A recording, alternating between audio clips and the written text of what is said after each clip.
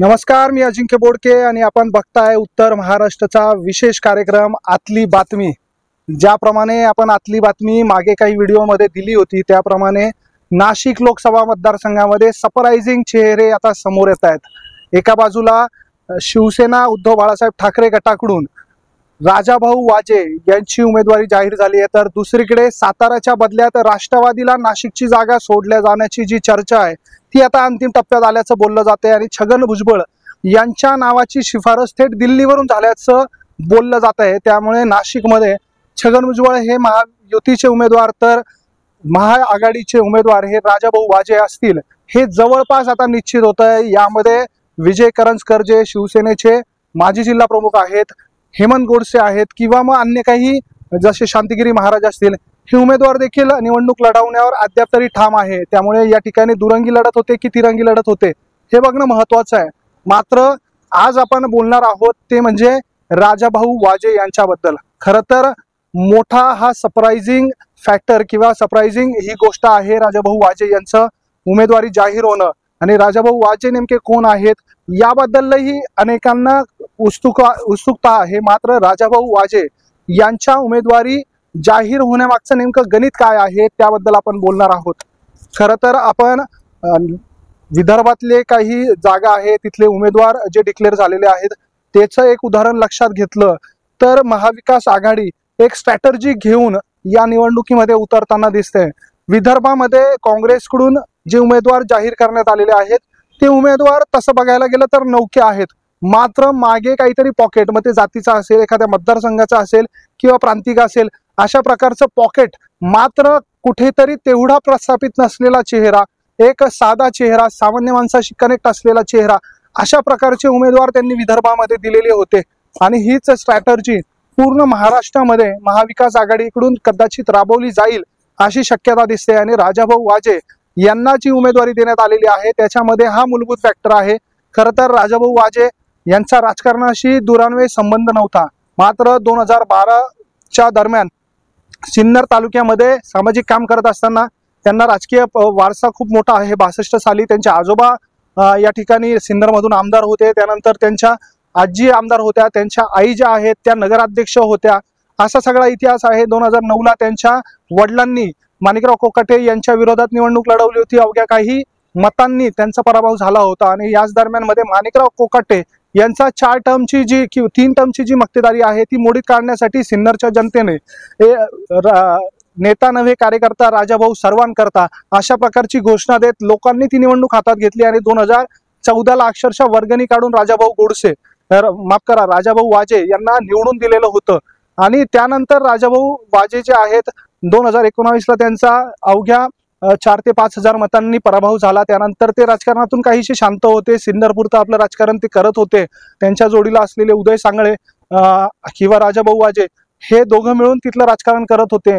मात्र राजाभाऊ वाजे यांच्या जे जीवन आहे किंवा एक राजकीय वाटचाल आहे याच्यातली सगळ्यात महत्त्वाच्या ज्या गोष्टी आहेत तेच निकष ही उमेदवारी मिळताना त्यांना कामी आलेले आहेत। राजाभाऊ वाजे हे मृदू स्वभावाचे आहेत, शांत स्वभावाचे आहेत, ते सगळ्यांना चालणारे आहेत। सर्वपक्षीय नेत्यांमध्ये राजाभाऊ वाजे हा माणूस आपल्याला त्रासदायक नाही ही भावना आहे। तिसरी सगळ्यात महत्त्वाची गोष्ट म्हणजे राजाभाऊ वाजे यांची सिन्नरमध्ये जी त्यांची एक प्रतिमा आहे की कुठल्याही व्यक्तीचा अपघात झालेला असो, त्याच्या घरी दुःखद घटना घडलेली असो किंवा सुखद घटना असो, तिथे राजाभाऊ सर्वप्रथम उपलब्ध होतात, लोकांना मदत करतात, गोरगरिबांना मदत करतात।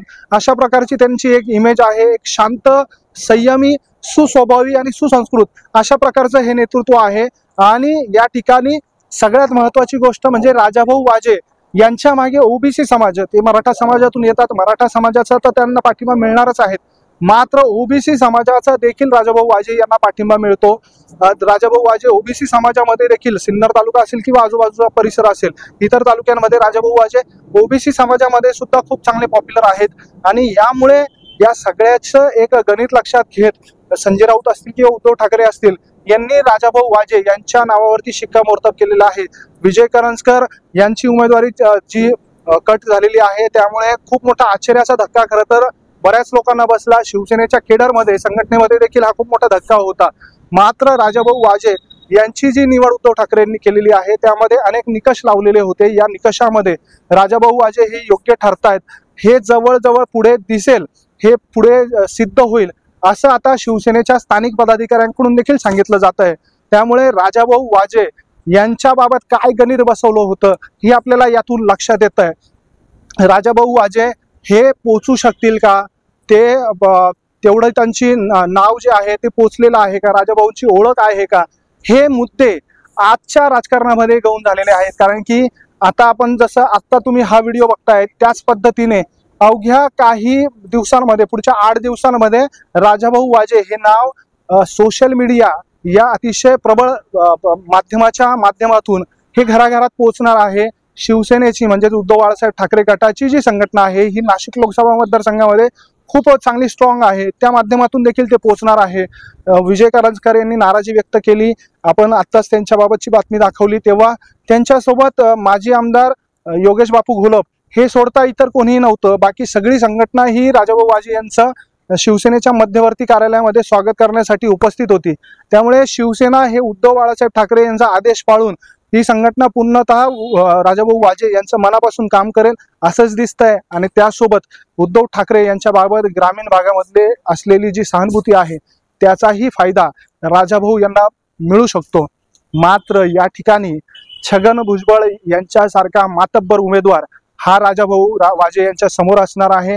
यावेळी फक्त मराठा उमेदवार किंवा मराठा मतं यावर उमेदवार हा विजयी होणं हे आता शक्य राहिलेलं नाही। कारण की एका बाजूला ओबीसी समाज देखील एकत्र झालेला आहे, त्यासोबत छगन भुजबळ यांचं मागासवर्गीय समाज असेल किंवा अल्पसंख्याक समाज असेल यामध्ये देखील त्यांचा एक प्रभाव आहे। त्यामुळे छगन भुजबळ हे खूप महत्त्वाचे दावेदार आहेत आणि ही जी लढत आहे ही सोपी होणार नाहीये। छगन भुजबळ हे नक्कीच आज तरी राजाभाऊ वाजे यांच्यापेक्षा एक पाऊल पुढे चालतायत। राजाभाऊ वाजे यांना जर निवडून आणायचं असेल तर शिवसेनेला अधिकची मेहनत ही करावी लागणार आहे। हा व्हिडिओ आपल्याला कसा वाटला त्याबद्दलच्या आपल्या प्रतिक्रिया कमेंट बॉक्समध्ये कळवा। त्यासोबत आमच्या यूट्यूब चॅनलला सबस्क्राईब करा। हा व्हिडिओ आपण जर फेसबुकच्या माध्यमातून बघत असाल तर आमच्या पेजला लाईक आणि फॉलो करायला विसरू नका। त्यासोबत इंस्टाग्राम, ट्विटरच्या माध्यमातून देखील आमच्याशी जोडले जा। धन्यवाद।